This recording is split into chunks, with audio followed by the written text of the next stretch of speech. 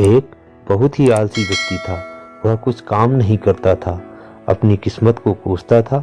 एक बार उसे किसी ने बताया कि एक साधु है जो सभी की समस्याओं का समाधान करता है।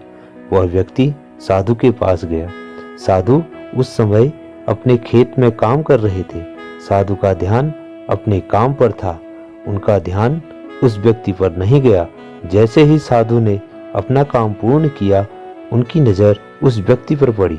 उन्होंने उस व्यक्ति से पूछा, कौन हो तुम, कैसे आना हुआ?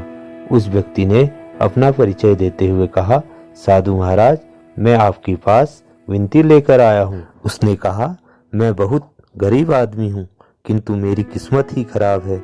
जो भी करता हूँ उससे फल नहीं मिलता। साधु ने कहा, तुम तो बहुत अमीर आदमी हो। व्यक्ति ने कहा, अमीर? मैं कहाँ अमीर आदमी हूँ। साधु ने कहा, तुम्हारे पास तो 2 आंखें, 2 हाथ, 2 पाँव और सभी अंग सुरक्षित हैं और शरीर से अच्छे खासे संपन्न हो। व्यक्ति ने आश्चर्य से पूछा कि सो तो है, लेकिन यह तो सभी के पास होता है। साधु ने कहा, मैं तुम्हें अमीर बना सकता हूँ। व्यक्ति ने खुश होकर कहा, कैसे? साधु ने कहा, तुम मुझे अपनी 1 आंख, 1 हाथ, 1 पाँव बेच दो। इसके बदले मैं तुम्हें अत्यधिक धन देकर अमीर कर दूंगा।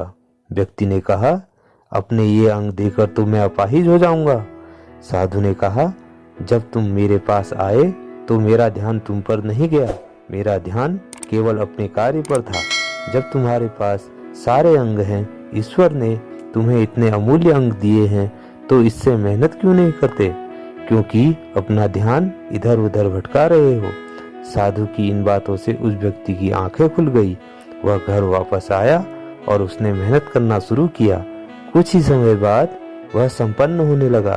दोस्तों, इसी प्रकार हम अपने अंदर छुपे हुए गुणों और हुनर को समझ नहीं पाते तथा बेकार में ही किस्मत को दोष देते हैं।